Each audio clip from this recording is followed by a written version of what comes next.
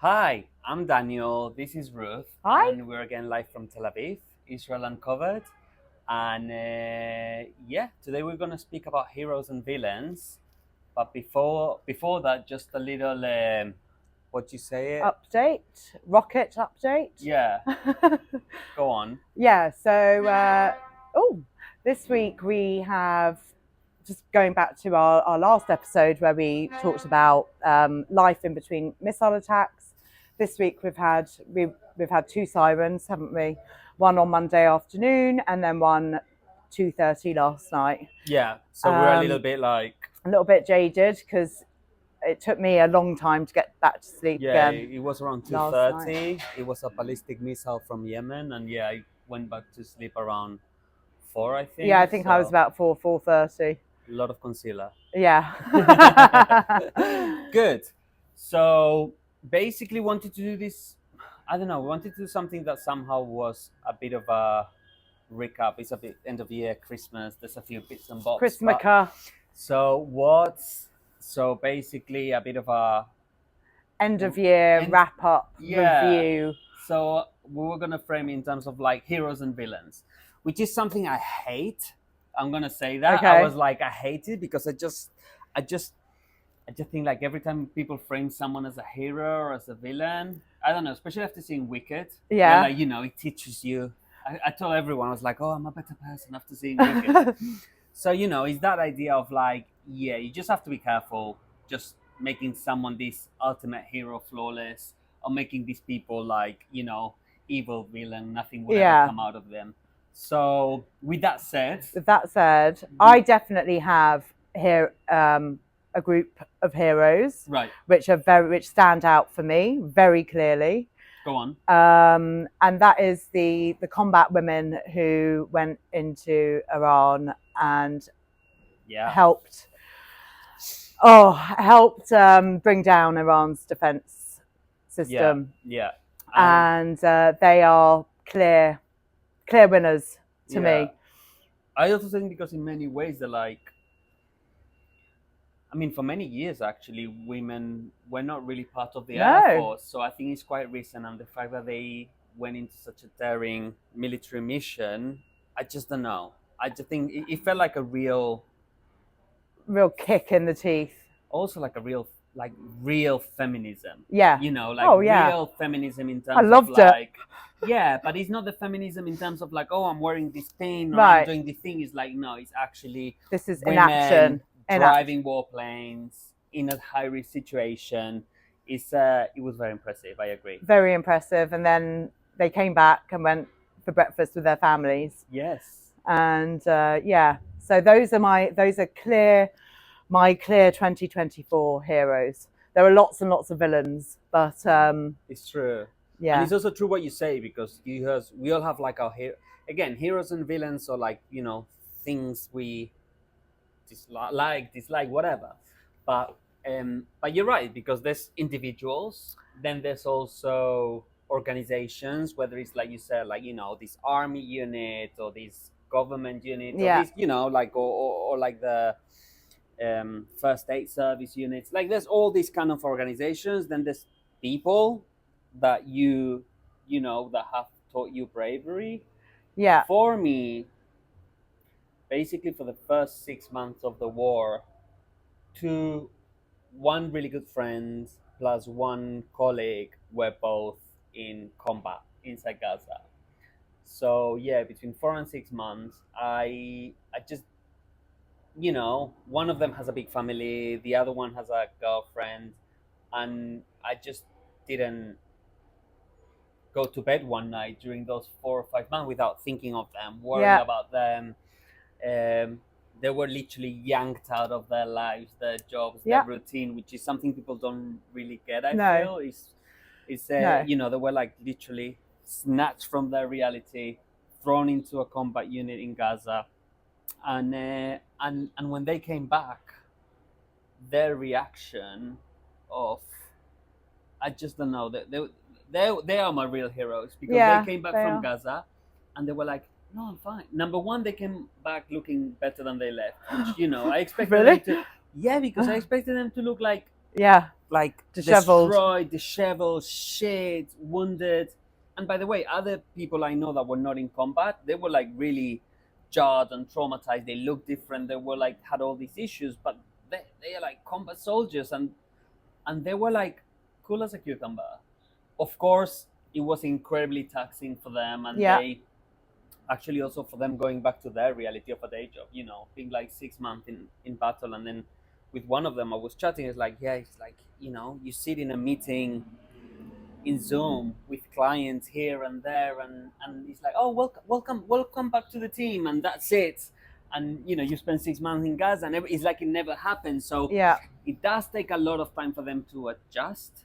But I just think for me, their resilience and their coming back and not making a big deal about it, Yeah. Just getting on with getting on with their life, life. saying Yeah. like, yeah, we're there to fight so that you keep going on with your life, and just without any sense of entitlement, Yeah. or like Yeah. hard nosed, or be like, well, the country owes me, you own me, you're safe because of me, all of that. So Yeah. I just don't know. For me, those are the real heroes, like really anonymous people in extraordinary circumstances, Yeah. insanely taken out of their day life, and after coming back, just swimming back into life. Yeah. With, I don't know. To me, these are my heroes. Yeah. Although I think whilst it might appear on the outside that they're swimming back into life, I'm sure, For sure, there's a lot of 100%. Yeah. I think also other heroes for me, just sort of whilst we're kind of on this, is the rescue of the 4 hostages. Yeah. When Noah. Yeah. When Noah was rescued. Yeah. And the 3 other guys, and that was an amazing, very daring, Yeah. daylight Saturday morning mission. Yes. Yes. Which was successful. Yeah.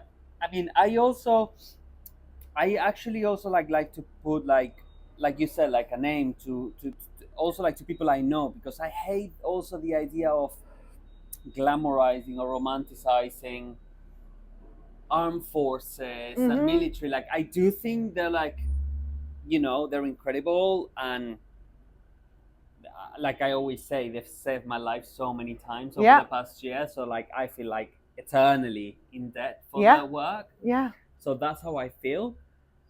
But on the other hand, for example, I lost one of my neighbors, actually one of my parents' neighbors. His son got killed quite early on in the war. He went to the thing, a bomb exploded, whatever. They made a trap. So he just died. And I saw his father. I bumped into him in the elevator, and I said like, so sorry to hear, and I hugged him and all of that. And he said to me, he's like, everyone keeps telling me my son was a hero, and I just don't want a hero. I just want my son.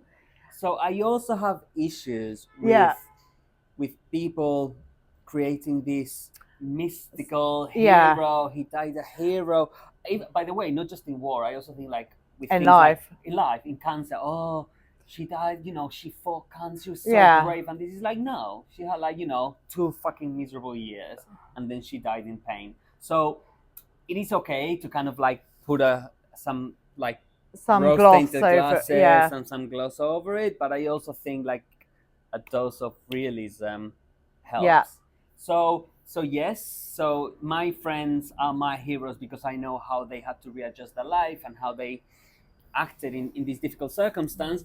But then that type of like idolizing, glamorizing people that die, people that kill, I don't know, that just doesn't sit well with me. Even also like when children all like get like I don't know, the whole culture of like idolizing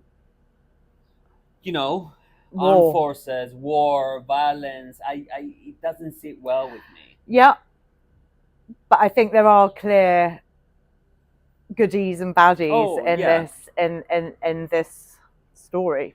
Yeah, of course. I mean, the other thing that really jars with me, and is going back to the idea that what they always say, what is it, like someone's freedom fight, someone's service is somebody else's freedom fighter. Yeah. So I just think the reaction online when Yahya Sinwar was killed in Rafah, And I saw even like Spanish politicians just on people doing these eulogies saying, he died this fighter for his people. I mean, like, it's like number one. I mean, it really bothers me. But again, it also bothers me when the executive in the U.S. was killed, and people are romanticizing this 26-year-old kid that just shot someone in the middle of Manhattan. Yeah. So I just think people need to be careful about the heroes that they pick. Yeah. People like, and I think to me that's the biggest lesson. I just think the moral compass of the world, not even the Middle East, is in a risky place.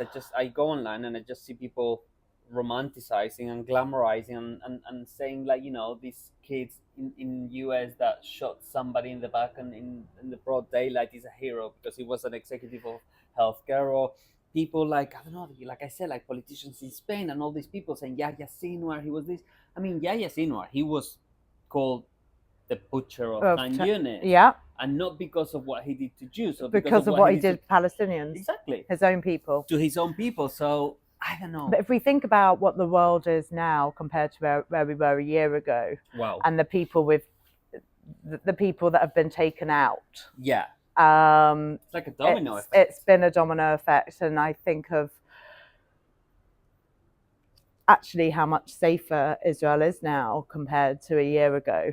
And the Middle East. And the Middle East, and the whole Middle East. I mean, it's incredible. We think Nasrallah, Ismail Haniyeh, Assad, Hezbollah have been dramatically. The pages, insane. I mean, that's like, I cannot think of a more large-scale, high-tech, high-impact, low-casualty, precise, surgical, like, incredible. So I don't know. To me, the people without a face or a name that plan those things, imagine those operations, have the talent, the creativity, and the courage to execute it. Yeah, execute it. I mean, it was just each and every one were just brilliant. Yeah. And then the other thing to me, the biggest villains of the year are all the organizations, the politicians, and the media that always kind of like claim the moral high ground. Yes. And constantly say we just want peace and we just don't want war and we just want a ceasefire. And like, Israel has a right to defend itself. But like every country should have the right to defend itself. Correct. I always say Israel has a duty to win a war. Every country has a right to defend itself. But I think all these organizations, the UN, proven to be useless. Absolutely useless. I don't know why they even exist. I really. Red Cross. Well, they exist because the Red Cross. Red Cross. I can't. Red Cross. All the women organizations didn't say a word about mass rape. So basically, I just feel like so many masks came off. Yeah. In the past year that you're like, okay, well, if the UN hasn't been able to do anything for anyone, I'm not even just talking from an Israeli perspective. How do you feel? There was a great video of someone in Syria right now that got visited by the UN, and she was like screaming at them, like, where have you been for the past 15 years? Like screaming at some UN representative. Then also like, the buffer zone between like Israel and Lebanon, all those blue helmets, they didn't do shit. Yeah. For like, 18 years. So I just think like this, I just think those useless organizations, again, they might not be even people without malintent, just by them not doing their jobs, they become evil players and villains. Because if the UN isn't able to enforce any resolution that they propose, if Red Cross hasn't even visited our hostages. Correct. Why is the Red Cross in Gaza for? If what are they doing there? Give medication and make sure the hostages are alive. So you have all these charade of things. To me, those are the biggest villains, because for most of the world, their brand is so strong that they still have this halo of like goodness around them. It's like, the UN, or like like the Red Cross or Amnesty. This has just triggered me back to when All Eyes on Rafah, that campaign. Yeah. Which for me, yes, All Eyes on Rafah. then where are our hostages? Because that's exactly where they were. Yeah, and also it also showed the ignorance, because nobody had ever heard of Rafah before. Nobody could point it to you on the map. And I always say the history of Rafah is quite complex. Actually, Rafah as a city used to be 50% on Gaza, 50% on Egypt's side. Yeah. And around 10 years ago, some terrorists went into Egypt.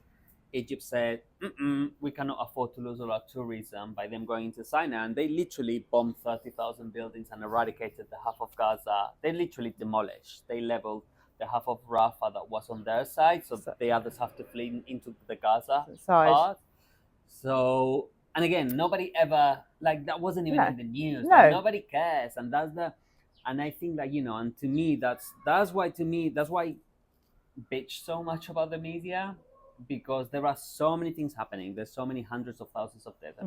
They keep saying now, like, we just found like all these mass graves in Syria, 100,000 people. Again, you're never gonna hear like a student, or like, all these protests with crocodile tears about for in the name of humanity, and we just care about the children of Syria and all of that bullshit. I just think people show their true colors. Yeah. Oh yeah, we've seen it. So I just think, for me, that on the plus side, you get to see people for who they are, exactly where they are, and I think that's a good thing. Yeah, aid organisations, big charity, women's charities. For me, also the BBC and Sky News. Yeah. Just. I actually think Sky is a bit better than the BBC, if you ask me. Sky is a bit better, a little bit better. I find it a little bit more. And Sky News Australia, by the way, I can't fault at all. They've been brilliant. Yeah. But the BBC. Oof. Yeah, and what about other heroes? I mean, for me, like, I don't know. It's really difficult, because, like I said, I just don't like putting politicians on a pedestal. I think for me, like, politicians, they're mostly villains. I think they're like self-obsessed psychopaths. But people are heroic. The people that, you went and started packing boxes on October 8th. So to me, that's where I see like heroism that take. And Erin Molan, I look at some people who are not Jewish, not Israeli, excellent journalists, and Erin Molan has been speaking out on our behalf brilliantly. Yeah. So eloquently, and really calling out the bullshit. Yeah. And Douglas Murray. That's what I mean. Is in Israel, there really are very, very few people that will go against the grain. Yeah. And that's why in Israel they become like literally national treasures right away, because, and especially like you said, especially if they're like foreign and not Jewish, and they really have studied the conflict and have like a clear moral compass. That's why I always say, when people always see, like, everyone thinks they would have been Schindler and gone against the grain. But then when something like this happens, you realize, no, people just go with the flow, buy into the global narrative, and there are very few people that stand up and go against the grain. There's also this one journalist in Spain, that always goes against the grain. And again, that's why in Israel, like, you go to the Holocaust Museum, and they literally plant a tree for every person that went against the grain in the Holocaust. And here is also like that. It's just dozens of people globally that have like a very clear view. They've also been to Israel. They extensively understand the region. They have studied the Middle East. They understand the geopolitics, and they just don't with this, the silly narrative of like, is which in the media I always feel is like, you have evil Netanyahu and the evil IDF against defenseless children and women and journalists and doctors in hospitals and schools and mosques. That's what you see on television every day, all day. And to me, the other evil person, more evil than like, to me, is Putin, actually. Oh, Putin, yeah. Because to me, like, the war in Gaza was Iran's gift to Putin. Yeah. And I just think people don't really, I just think people struggle to understand the influence of Qatar in what's happening in US campuses, or China in what's happening in Iran, or Iran into what's happening. So Okay, so our video cut off unexpectedly, but Again. but we were about to wrap up anyway. So wishing you an amazing 2025, a boring, plain, no heroes, no villains 2025, just normality and routine. Yeah, a That's what we very happy Christmas to those celebrating Christmas, a very merry Hanukkah, those celebrating Hanukkah, and if you're doing both, merry, happy Christmaka. Bye. Bye.